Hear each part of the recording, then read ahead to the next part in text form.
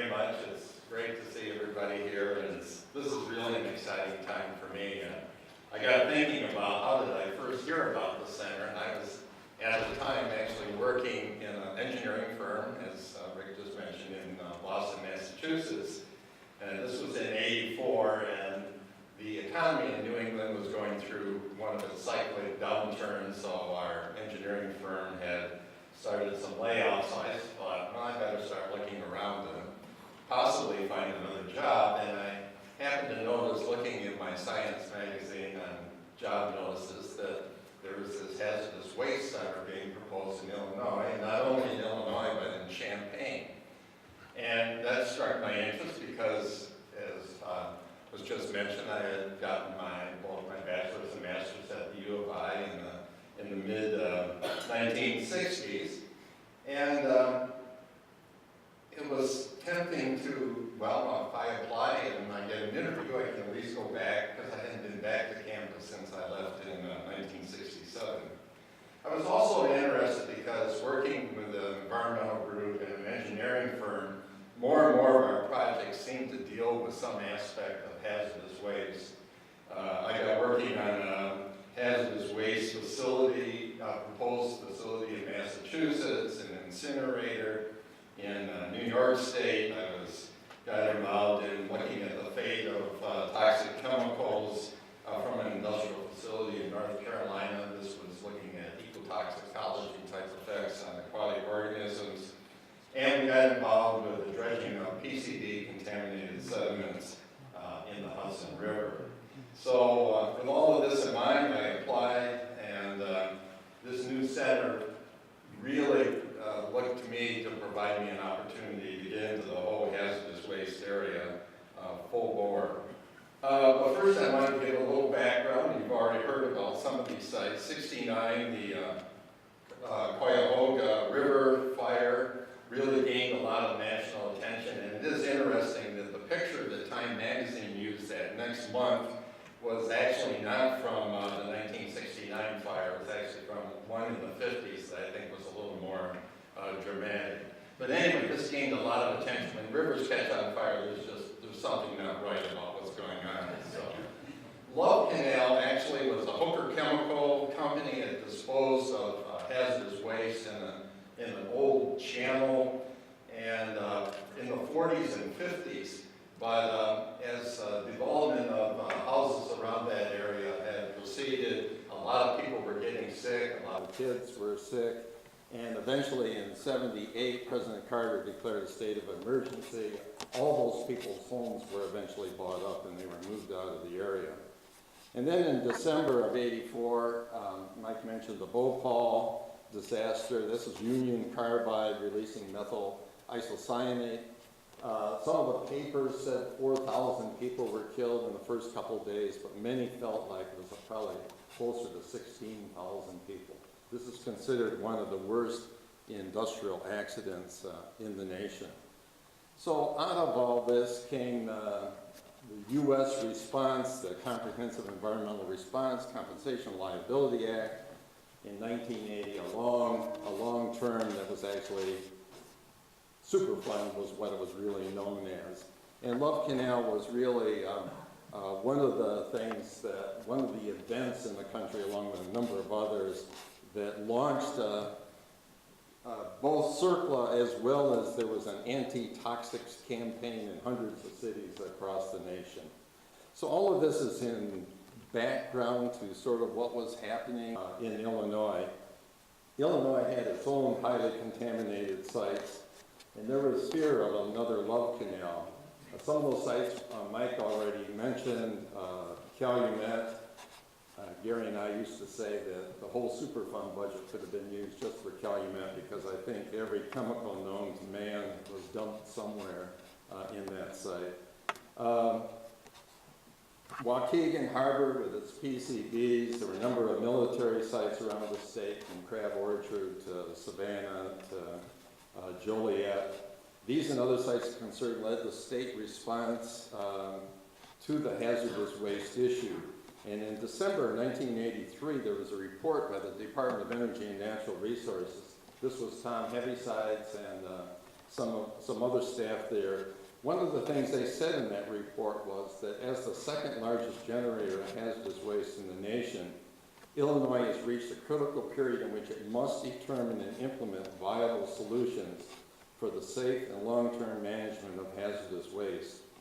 In April 1984, there was also an article in Illinois Issues talking about the Hartigan ROT task force on hazardous waste and just what those problems were in Illinois. There were 17 sites in Illinois at that time that used land disposal to get rid of hazardous waste, and an unknown number of surface impoundments were in the state.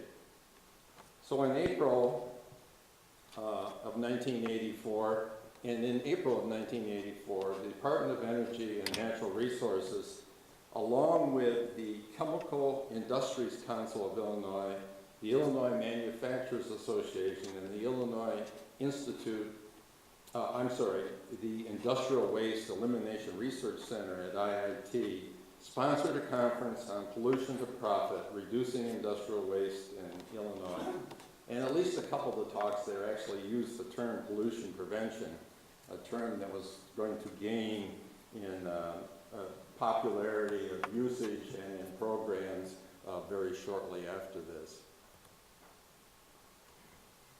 So the Illinois response, all of the above led in part to the passage of the 1984 Hazardous Waste Technology Exchange Service Act, which called on ENR to establish a program to address the state hazardous waste issues. And Mike talked a little bit about that act and the response to that. Governor Thompson and the legislature created the center with a well-defined mission to combine research and education, information collection, analysis, and dissemination, and direct technical assistance to industry, agriculture, and communities. And it was this multidisciplinary effort to the hazardous waste problem that was one of the things that really attracted me to this new center. There was at least 5 well-defined objectives that this legislation called on the center to address. One was to characterize and assess the extent of the hazardous waste problem. You're going to hear from Craig Colton, who will talk about one of the early studies to begin to do this. The second objective was to reduce the volume of hazardous waste generated and to treat those wastes to reduce both their environmental and human health effects. To assemble, analyze, and disseminate hazardous waste-related information. Information services was an important component of what the center was going to be doing. Provide technical assistance to industry, agriculture, and communities. So a technical assistance program was an important part of the center when we started. And to help develop and implement a comprehensive hazardous waste program, management program for the state. This last was tricky in the terms of what exactly were we going to be doing, but I think looking back in time of the emergence of our strong pollution prevention program and the pollution prevention program within the Illinois EPA were a major state response that had a big impact on the state going forward. Just throw this slide up. I probably won't go through it in detail, but I don't know, Mike, whether you came up with this complicated management structure for the center, but Gary and I seem to have about 10 bosses, it seemed like. We were within ENR, under the State Water Survey, under the Board of Natural Resources and Conservation, but we also had a policy and program advisory board made up of the chiefs of various surveys, and the museum director, and also someone from ENR. We had an internal research committee with researchers from the different surveys and museum. We supported a staff member in each of the surveys and museum, and one of those is here, Ed Maynard from the Geo Survey. And we had a legislatively mandated program advisory panel, which is still active, and in fact, we'll be meeting here tomorrow. So we had this complex structure, and I think the hope for the early survey, because we had a large research budget, was to be sponsoring a lot of research within the scientific surveys, and in fact that did happen. The state took the lead in developing the concept for the center. Mike and others really need to be commended for their foresight in terms of the program that were laid out. And when Gary and I came in May of 85, one of the first things we had to do was go through Mike's report and other reports and try to determine what were we going to be doing and how do we need to modify that to make sense to us and get the program moving forward. One of the first things that I ended up doing in my first week of work was being called over to Springfield to the Capital Development Board to start the planning process for selecting an architect engineer that could design the facility. And in the summer of '85, there were 3 firms that formed a group to do the design of what was known at that time as the Hazardous Materials Lab. Envirodyne Engineers, which had a laboratory program down in the St. Louis area, Hullabird and Root out of Chicago, and the local engineering firm, Alte and Associates. For the next 2 years, Gary and I went around the country to different laboratories trying to see what went into modern laboratories, what needed to be a part of our design. And just 2 of them that I remember. One was a pilot laboratory in Philadelphia. It was an industrial facility, but it was known for having a very well-advanced pilot laboratory for doing research. And the other was the National Environmental Enforcement Laboratory of EPA near Denver. Again, determining the latest in design and technologies for safe operation of a modern lab. But very quickly, Gary and I knew that we had so many other obligations that we really needed to get a laboratory director on board that could really track the building and its development really from the very beginning. So in the summer of 1987, we hired Dr. Mark Piwoni from the EPA labs in Oklahoma.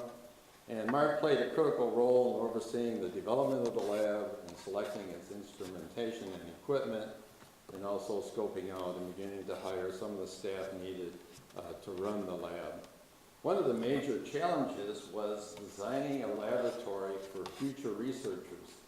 We did not have, at that point in time, an active research program. So we were looking at researchers in the other surveys, in university, out, and even in the industry to come in and be able to do research.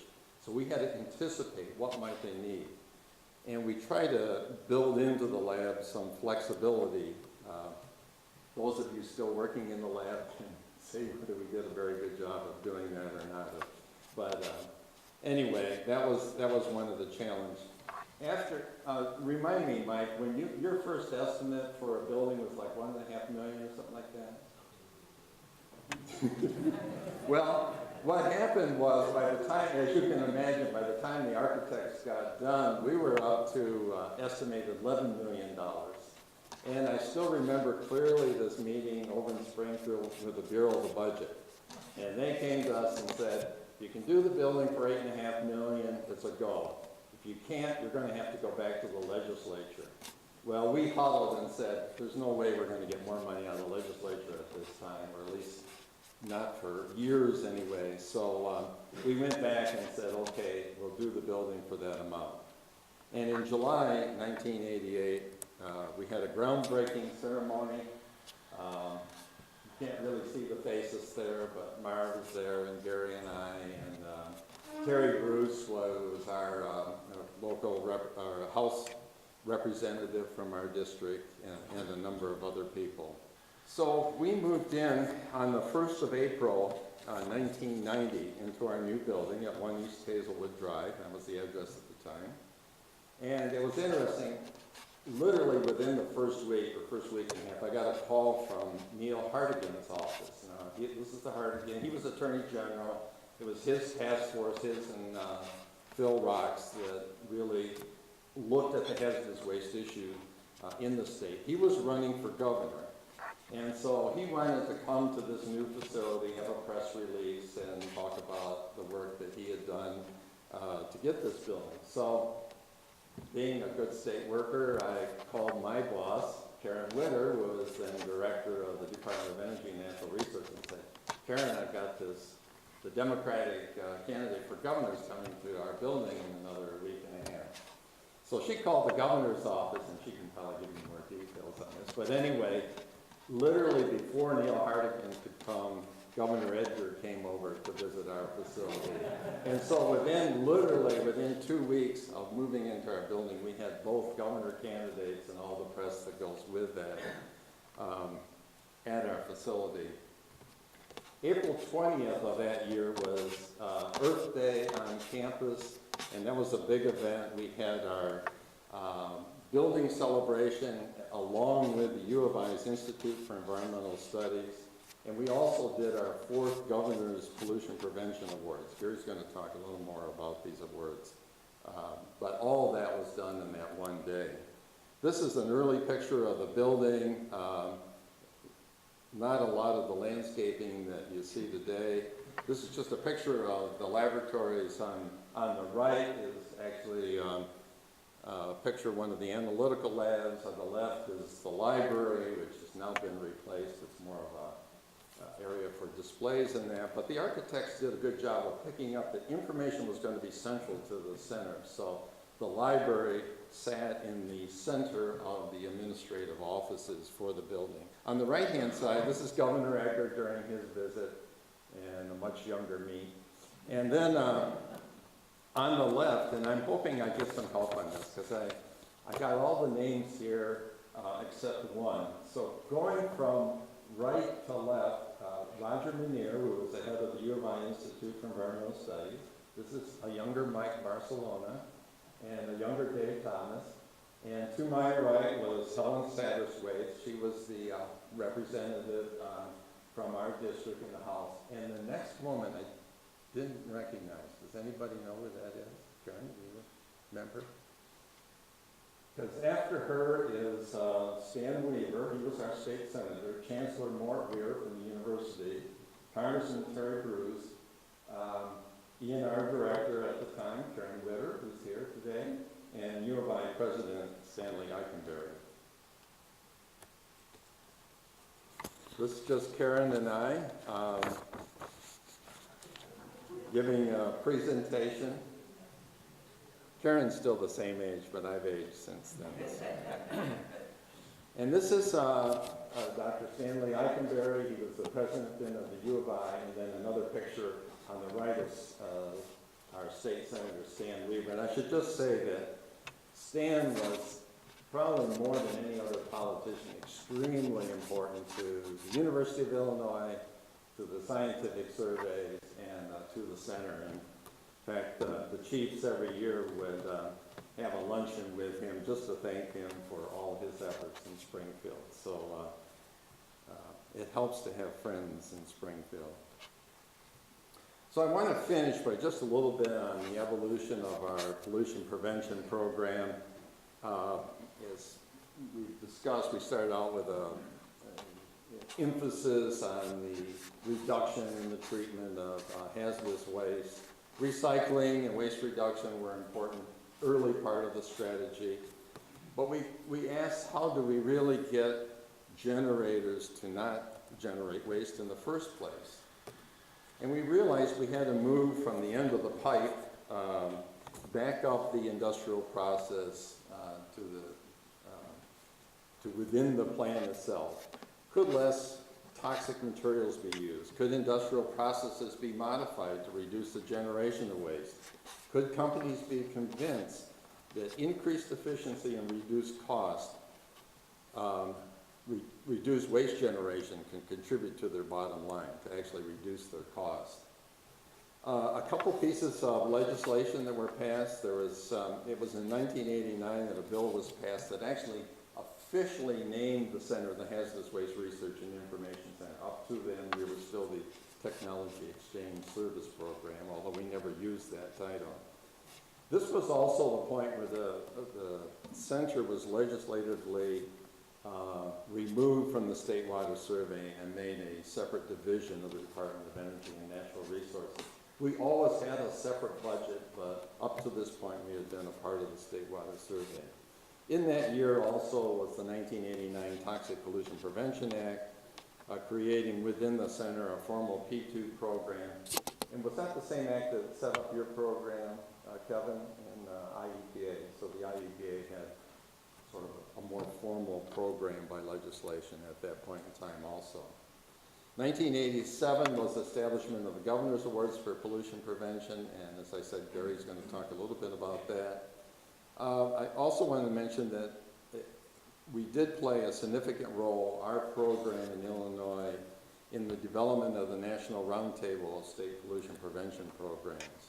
And while a lot of states had technical assistance, the industry had library and clearinghouses, we were really the only one, I believe, excuse me, that had our own research facility and a significant research budget. And it was a lot of these research funds, not only that were doing good research around the state, but also were used to obtain, as seed money, to obtain outside contracts and to conduct our own bench and pilot scale pollution prevention studies within our facility and at industrial facilities. I was on the first board of the roundtable when it became a 501c3, and in fact, the center had the first executive director of the roundtable was he was in DC, but we were paying him through our center on an interagency agreement with the U.S. Environmental Protection Agency, and that was Jim Lonsberry. I participated in a number of government studies, Government Accounting Office expert panel on state pollution prevention program implementation, a US EPA workshop. The reason I think that we got so involved on both the national and eventually international scale was because of the program that was originally set up and the funding that was provided for it. I spent time promoting our P2 program in the Netherlands, Germany, Switzerland, Brazil, Egypt, Thailand, and Malaysia. In fact, I was in Thailand and Malaysia when Karen Witter was trying to get a hold of me to tell me I was going to be going over the Natural History Survey. Other Center highlights, we opened the Chicago office, as was mentioned, in 1994, and in 1997 we had a remediation manager that was hired in Springfield to oversee state contaminated sites. And it was at this time that the center's name was changed to the Waste Management Research Center. A long story that I won't go into at this point. So to conclude, the center continues to evolve with the times. I've thought many times about a lot of other organizations. The other surveys are much more stable in their programs, but the center has been in the field that's just been highly changing, and it's had to change with those times. Its programs have evolved to meet present demands and lead the way into the future. Energy and water reduction have increased in emphasis and importance in its activities. Life cycle analyses and greener process designs, technologies, and products will remain important areas of investigation. Zero waste programs are a way of implementing continuous improvement toward long-term sustainability and have been a more recent part of the center's programs.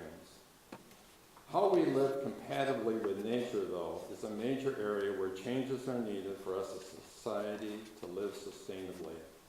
Recognizing the environmental services provided by nature and designing our urban planning, land use practices, and agriculture to minimize non-point sources of pollution and to live more sustainably on our land are challenges that we face now and which will only become more important as time goes on.